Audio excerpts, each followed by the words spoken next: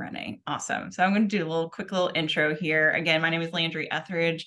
I run a counseling practice over on James Island that serves women, women who struggle with being people pleasers, or who have experienced any type of trauma in their past. I'm so excited to present Annalise Lind today, who's going to share with us some information about anxiety, dealing with anxiety, and also learning a little bit more about why we experience anxiety and sort of the neuro side, some information about the nervous system, and going a little bit deeper so that you can have the tools to not just kind of use what I call a Band-Aid, but have a little bit deeper understanding of what's going on. So I'm going to hand it over to Annalise, and I'm going to let me give you access so you can actually share your slides with us. All right, so Annalise. Okay. Hey guys, I'm Annalise, like Landry said, and thankfully she gave me a great intro into what we're kind of doing today. But I've been working with Landry for about a year now. I've been seeing clients since 2019 and got my master's in counseling, and have just loved being able to work with women, like Landry said, who are kind of going through life stage issues and people pleasing, anxiety, depression, things like that. And so we hope today that it will be a little bit of a deeper look at anxiety, not as much about what you're experiencing in changing your thoughts, but what's kind of going on in your body, in your spirit, like all of these things, kind of looking at the whole person.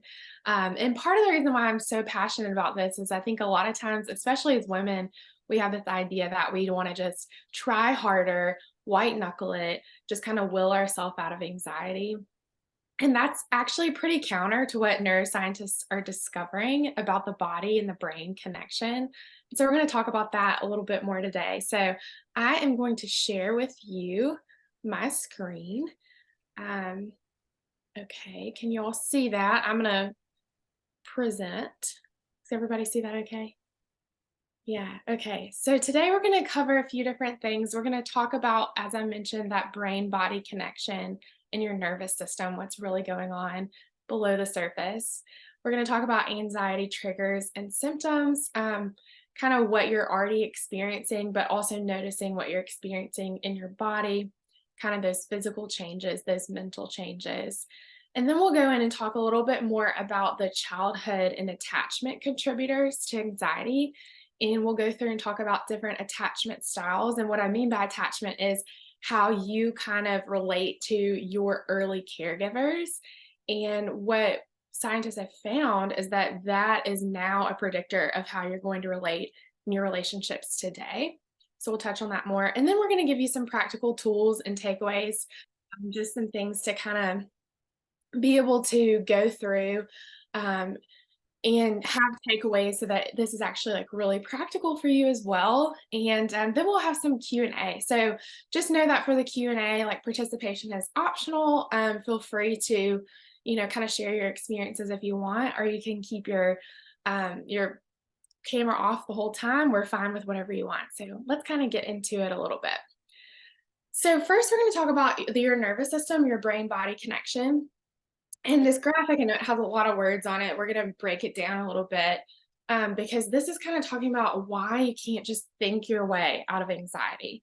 So this comes from something called polyvagal theory, which Landry knows a lot about, so I may get her to interject here and there on that.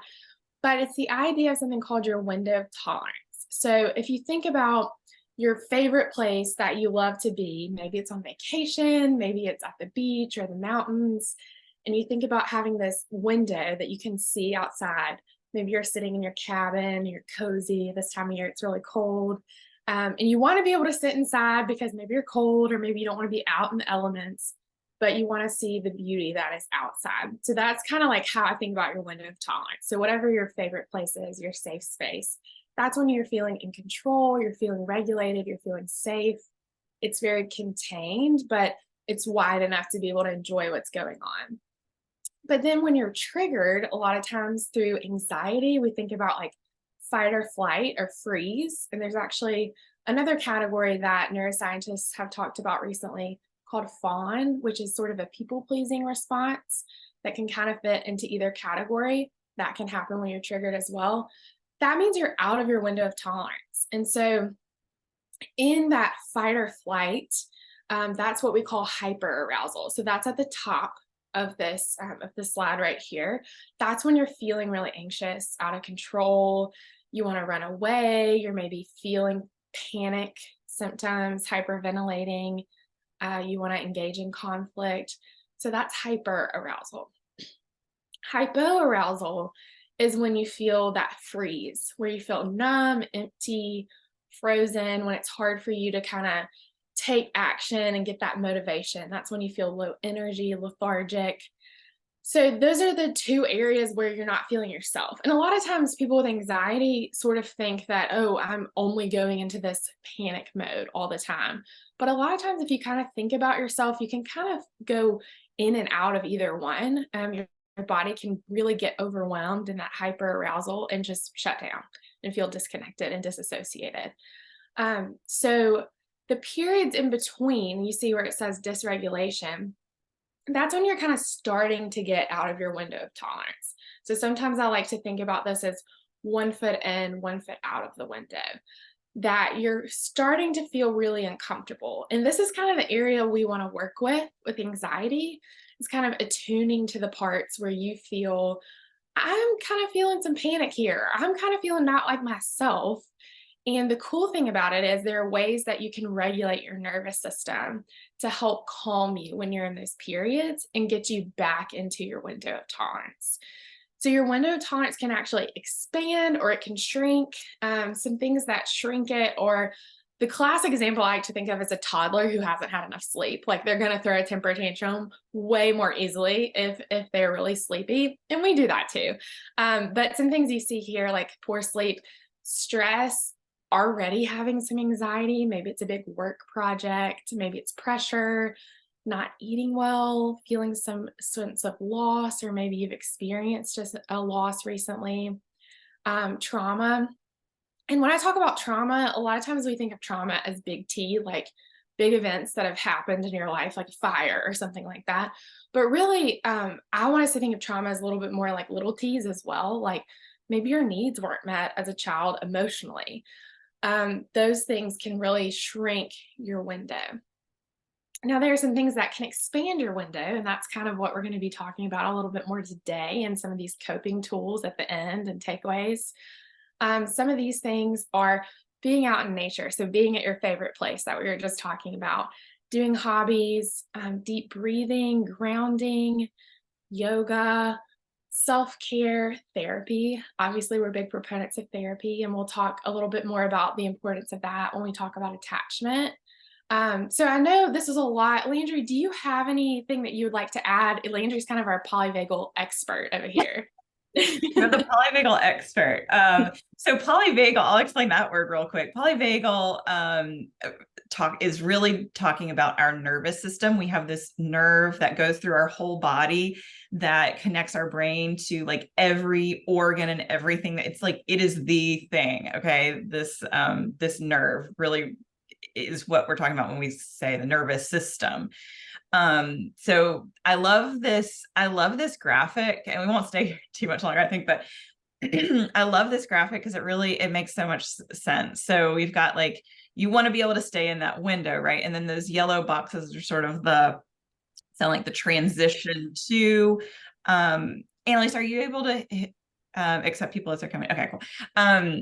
Is sort of that transition into panic, the hyperarousal, or transition into shutting down because of overwhelm. But that you can, increase the window. I don't think I have anything to add. I just love this. If any of you want to like screenshot that so you can kind of read it and study it later, I think it's a really helpful slide.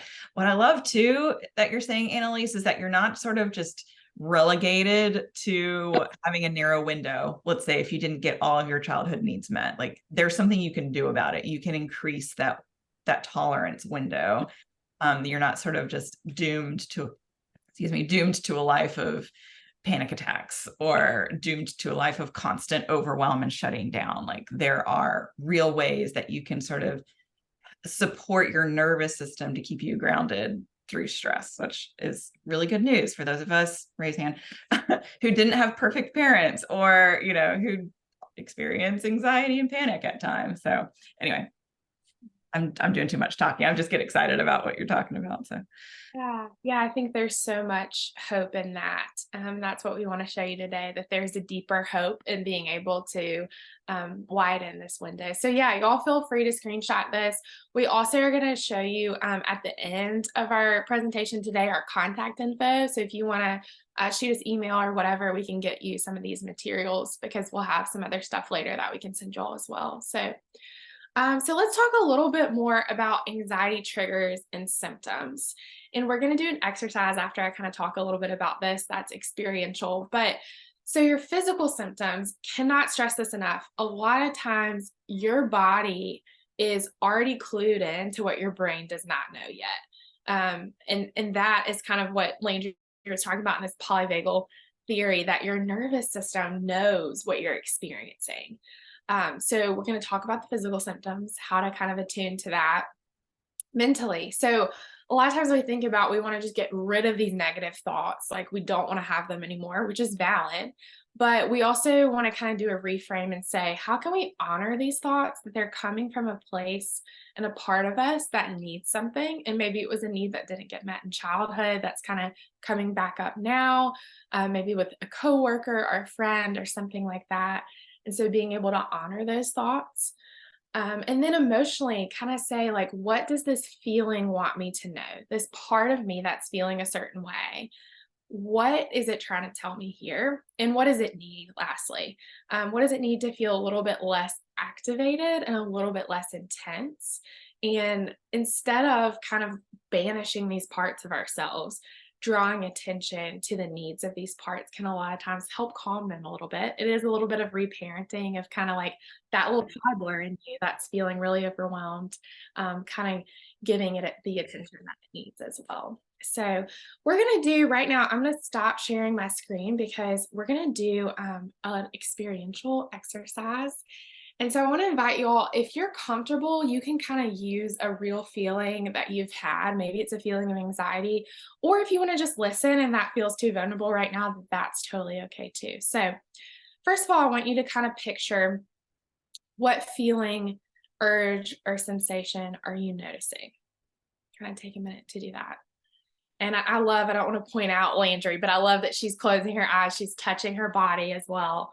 And that's a great thing to do if y'all feel like you're in a place where you can do that, kind of connecting with them. So take a minute to notice, where is this feeling or urge or sensation in your body or in your mind? Where do you notice it? Is it a racing heart? Is it a tight throat? Is it tears in your eyes? Maybe a pit in your stomach? A headache? Just kind of notice. Try to notice without judging. Is there an image in your mind's eye of what you're kind of experiencing? Maybe there's a character. Sometimes I like to think of like my anxiety, like a Roadrunner character. Or maybe it's a color or a shape. And are there any thoughts or feelings kind of associated with this part that are coming up?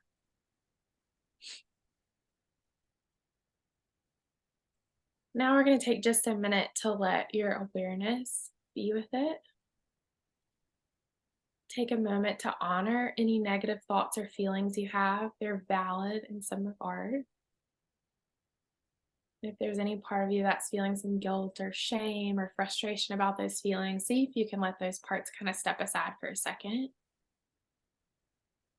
And continue to do this until you can authentically bring compassion or curiosity to this part, to this emotion or sensation.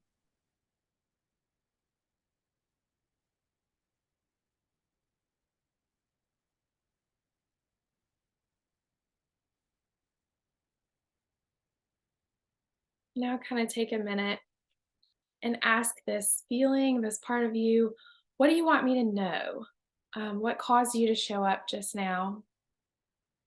When was the first time you ever felt this way or did this job for me? Is there anything you're worried would happen if you didn't do this? I also want to address right now that it's really important to kind of not go too deeply with this. If you feel kind of activated, we're going to talk about pacing later and being able to kind of pace out your nervous system's experience. So if you need to kind of stop really thinking about this part, or if you don't want to go too deeply into an early memory, know that that's okay too. You have permission.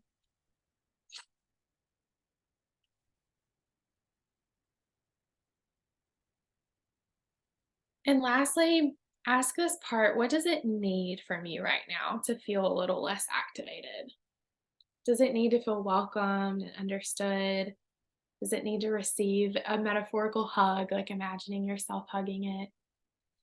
Or maybe it needs a specific action, like setting a boundary or saying no or asking for help.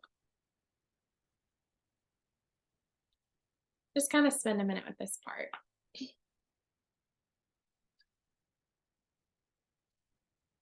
And when you're ready, you can come back to awareness. Yeah. We'll have some time at the end where we can kind of share experiences, but I don't know if there's anything that anyone wanted to share or ask right now, or Landry, if you had any additions to this experiential part. I don't have anything too much to add, but I'll give a sort of a quick share quickly what I just experienced there. So when you asked to sort of tune into my body, I was noticing a little bit of tingling in my legs, a little bit of tightness in my shoulders and chest, and sort of this, I don't really know exactly how to experience or describe it, but some sort of feeling in my face. I noticed that. And then you sort of asked to just focus in, and I thought, okay, I'm just going to soften around these places that are feeling activated. And then when you asked what do those parts need, I realized I was moving a little bit into that hyper arousal. I was feeling sort of activated. And when you asked for me to ask that part what it needed, it just needed for me to ground in my physical space. So it just needed me to connect to the physical space. So I thought, okay, Landry, or this part, you're here in this room. There's a window here. There's a chair here. It just needed me to orient to my space. And I felt sort of a softening with that. So thank you for leading us through that. That's awesome. Yeah, I love that you said like kind of soften around the parts that you were feeling. That's a way of kind of bringing attention to these parts of you that feel really activated and kind of noticing what's in your body and what your body's telling you. And like Landry said, like what the part needed right there was grounding. So we're going to talk a little bit about tools and takeaways too, about some coping tools. That a lot of times, like that's what that part needs to kind of calm. So, um, anything else that anybody wanted to add or say? Like I said, we'll have time at the end, but if not, that's okay. All right, so I'm going to share my screen again. We're going to go back to these slides. So now we're going to talk a little bit about childhood and attachment contributors. And so we're going to talk a little bit about what your childhood was like. And of course, we want you to know that this is a launching point to be able to explore in therapy or with other trusted people. So if any of it feels too activating, feel free to kind of just disassociate at any point. Like that's okay too. We want you to know that. But today we're going to talk about what your initial relationships were like early on with your caregivers and how that might be affecting you today, and specifically as it relates to anxiety. So as you see here on this graph, we have the 4 different types of attachment, and you may be familiar with this, you may not, but there are categories of low and high anxiety and low and high avoidance. So we have on the low avoidance, low anxiety section, secure attachment. So that's when we think about people who really got their needs met early on in childhood, emotionally and physically. So secure attachment looks like being able to be interdependent and connecting with yourself and with others, being able to acknowledge your own faults, while also hearing another person's concerns in the relationship, that you both can exist equally, being able to stay emotionally regulated, kind of within that window of tolerance in relationships, and to be able to assess whether a person is safe or reliable based on their previous experiences. So, one thing I want to mention is attachment is not sort of this rigid thing. It's sort of fluid category. So you may have had pieces of this in your story, but you may have said, actually, all of that was not there. And that's okay. This is not something to say, oh man, this is really hopeless for me if this wasn't there at all. Because actually, what's really cool about it is you can have something called earned secure attachment. So, through doing this work in therapy, through doing relational work, you can kind of get to this place where you are doing that in relationships, that you're noticing when you're dysregulated and able to kind of regulate yourself. So, that's secure or autonomous attachment.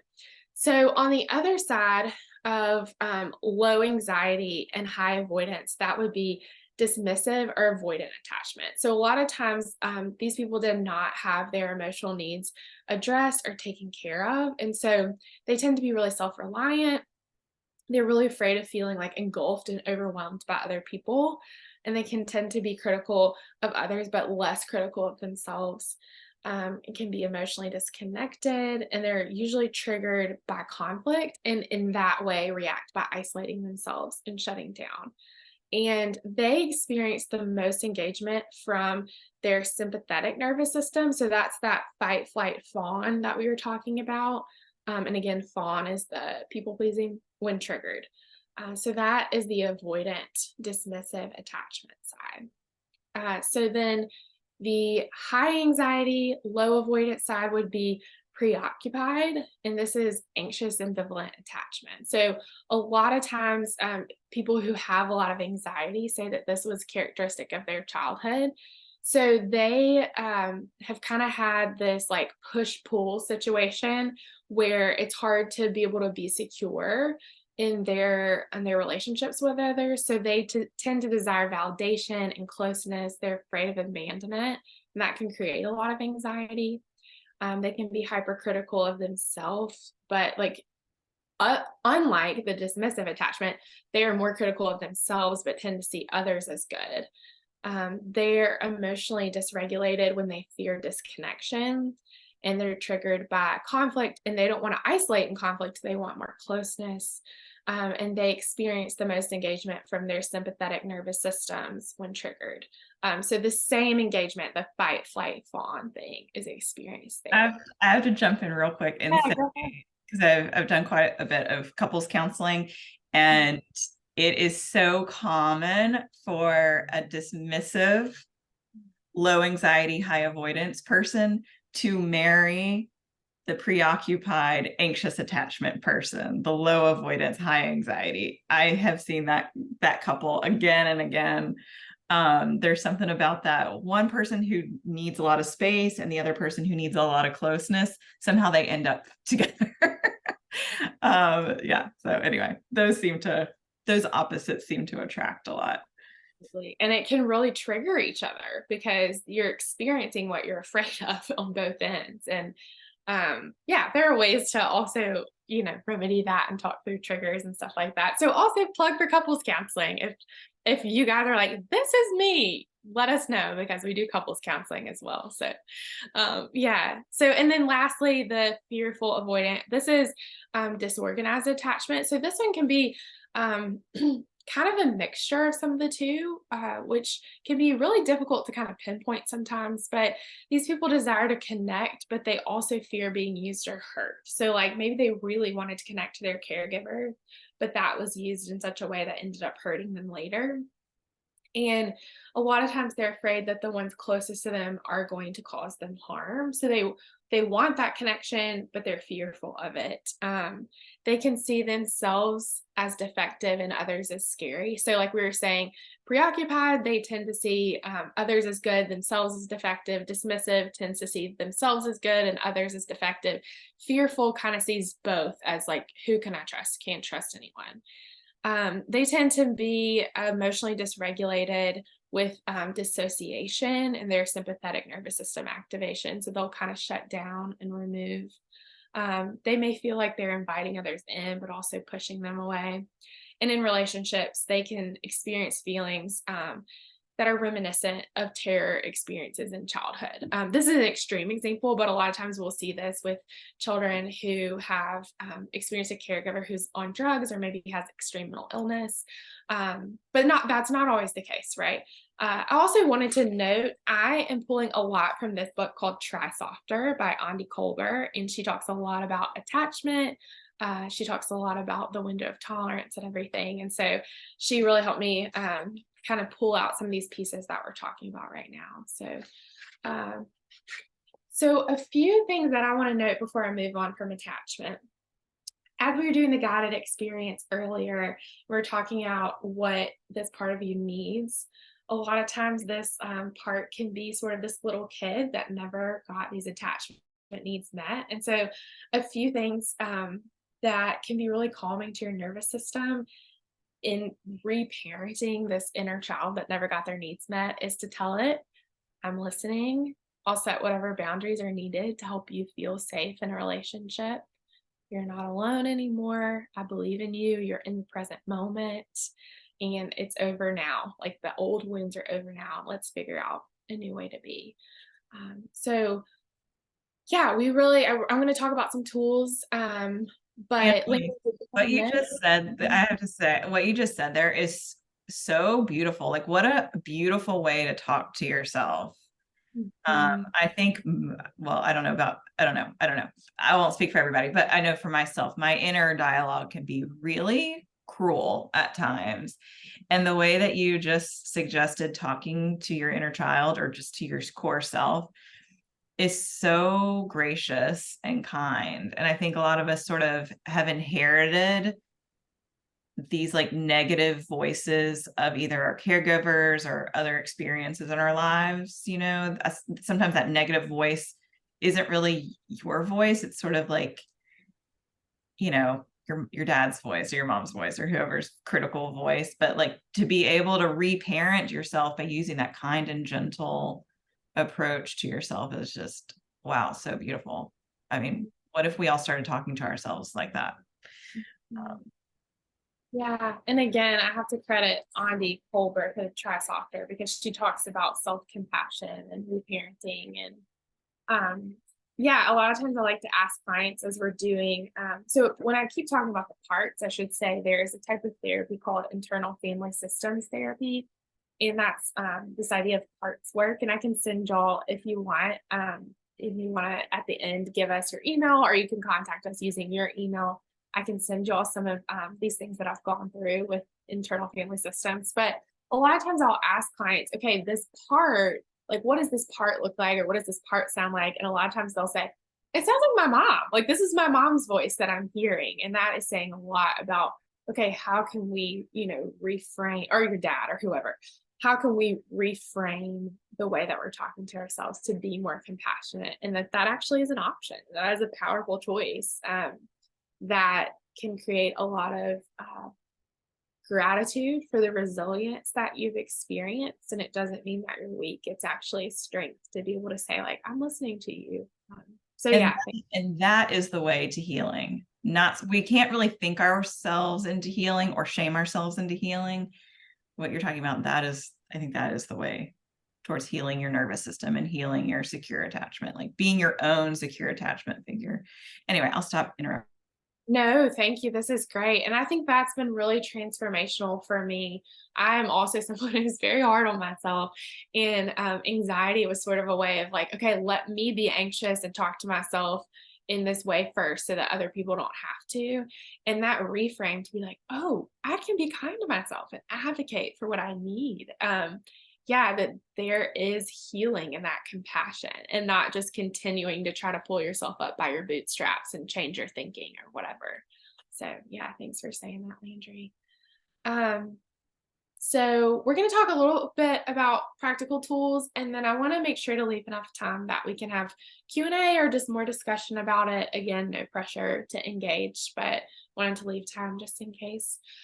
So as we've been talking about going deeper and not just necessarily trying to like will our brain into something different, I love talking about nervous system tools to actually address what's going on subconsciously in your body and your nervous system to calm it down. That feels like compassion to these little parts of yourself. So walking is one thing that might sound really simple, but it actually stimulates that like bilateral movement of the brain. So if you've heard of EMDR therapy, where they use tappers and kind of go back and forth, walking can do a similar type thing, kind of helps the brain reprocess.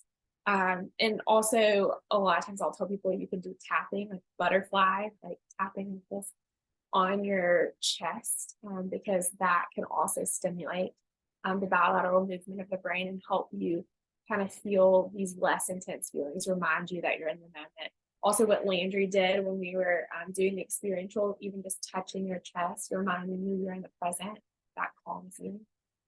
Another thing is containment. So a lot of times I like to talk about the two ways to kind of address really intense feelings is attunement, like really being attuned to what you need and not pushing those away, but also being able to contain that when you need to, that it's a choice for you to be able to say, I don't want to put this in a mental box right now, and I want to put it in a drawer or send it into the ocean, and I can pick it back up later. That's a way that feels to me more loving, that you're not banishing those feelings. You're just saying, it's okay for me to kind of set a internal boundary with this emotion right now and come back to it later. And another way to kind of set those boundaries is pacing. So listening to your nervous system and saying, do I need to put this in a box? Like, is this becoming too overstimulated? Am I in this 1 foot in, 1 foot out kind of discomfort of talking about my childhood wounds that feels hard but doable? Or am I just about to have a panic attack and I need to really honor my body and make this choice to kind of set it aside and go on a walk or talk to a friend about something funny and have humor, that kind of thing. Another thing is self-massage, and this is kind of similar to kind of, putting your hand on your heart or just kind of rubbing your shoulder, like sending some love to these parts of your body that are letting you know they're having a hard time, and being able to connect with those parts. Landry, did you have anything that you wanted to say about the nervous system tools before I move on? Yeah, so really listening to your body. It's the self-massage thing. I just want to say your body will tell you what it needs. So there's a lot of, so there's acupuncture points all over your body that you can actually massage to help you reset your nervous system into a grounded state. And I think your body has the wisdom to sort of let you know intuitively where those places are. A lot of times if you have like a headache or you're feeling stressed, a lot of people just start rubbing here intuitively. That's actually a really helpful acupuncture meridian point. So that is a really good place to rub. There's a lot of places on your face actually. So you can rub here, right above or under your nose, rubbing here, tapping the top of your head. These are some places on your head that you can do. Also, what you were saying with the butterfly, those are some meridian points that help reset your nervous system. That's a great place to tap. You can also tap between the last 2 fingers of your left hand. You can massage it or just do some tapping there. Those are some ways to kind of reset your nervous system. Cool. And also don't really draw it. Those are things you can do in public, right? Nobody's going to know what you're doing if you're doing this. So yeah.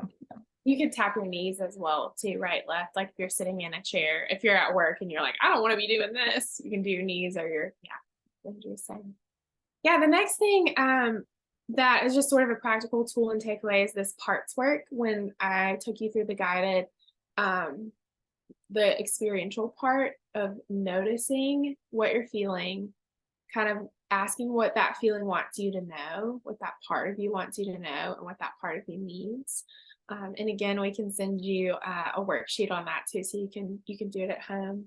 If anybody wants to share your email you can either share it in the chat. I can get you these materials. So if you want to throw your email up into the chat box, I'll grab that email and we can send you some materials later if you want to. Or if that feels weird to you to share your email, we'll also post our contact information and you can email us and we'll get those to you. Thanks for that, Landry. A few other things, body work. So we've talked a lot about the mind-body connection. This is going to probably sound surface level to you, but science has shown we need more sleep when we are stressed. We need more than the 8 hours that we get.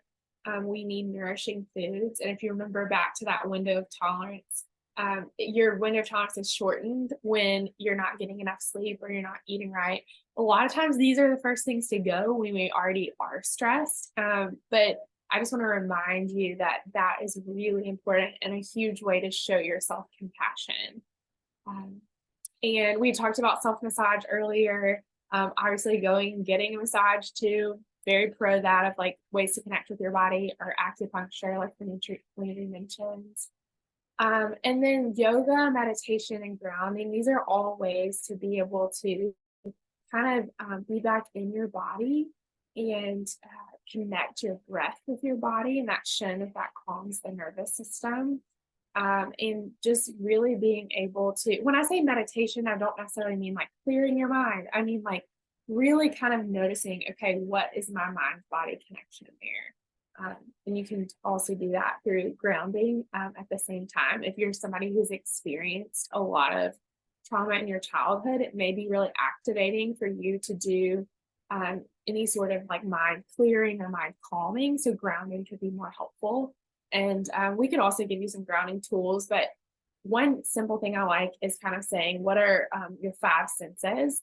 And name like 5 things you can see, 4 things you can smell, 3 things you can taste, 2 things you can touch. And kind of going through that. That's a quick one to remember, to kind of distract your brain, ground you, calm the nervous system. And another note on yoga that I wanted to mention is there's something called trauma-informed yoga. So if you are someone who's been through a lot of trauma, especially body trauma or sexual trauma or anything like that, there are places that you can go to a trauma-informed yoga practice, and that is a really great way to connect with your body in a way that's not too activating as well. And then lastly, individual therapy. Obviously, we believe that's a great way to kind of go through and talk about attachment work, some of these childhood wounds, that attunement of your emotions and containment, limits and boundaries of them, like we were talking about. We also have a blog post series coming up on anxiety, where we talk about a lot of these things a little bit more and kind of the science behind some of them. And we think this is going to be a really great time. It's coming out, I believe, in December, around the holidays. And a lot of times that can be, a time of really high anxiety, whether that's because you're interacting with family or maybe you have a huge to-do list. So just a plug for that. That'll be up on our website. And we are always here to either talk with you about individual therapy or help refer you out if that's something that you're kind of interested in. So I'm going to move on to Q&A. Landry, did you have any final thing before we kind of talk about? Okay. Last thing is I'm going to move on to Q&A, but I want to give you all this. This is our website. You can just screenshot this or write it down. LandryEthridge.com/events has other events that are coming up, workshops and things like that we do. This will also be posted, I believe, on our YouTube page from the website link. So if you want to go back, if you missed some of it or you want to share it with a friend, it's free, it's on there. And you can email me. It's Annalise@LandryEthridge.com. And I can send you these resources as well, or if you'd like to chat more about therapy or need help finding a therapist, or, if you have some openings now too. So whatever you need, we're here for. So I'm going to stop sharing my screen and just kind of give a few minutes if anyone wants to kind of do a Q&A or talk about some of your experiences, but at the same time, sure. Yeah. I'm going to go ahead and stop recording in just a second, so that if you want to unmute yourself or bring your video up, you're welcome to do that. But so I'll go ahead and stop recording.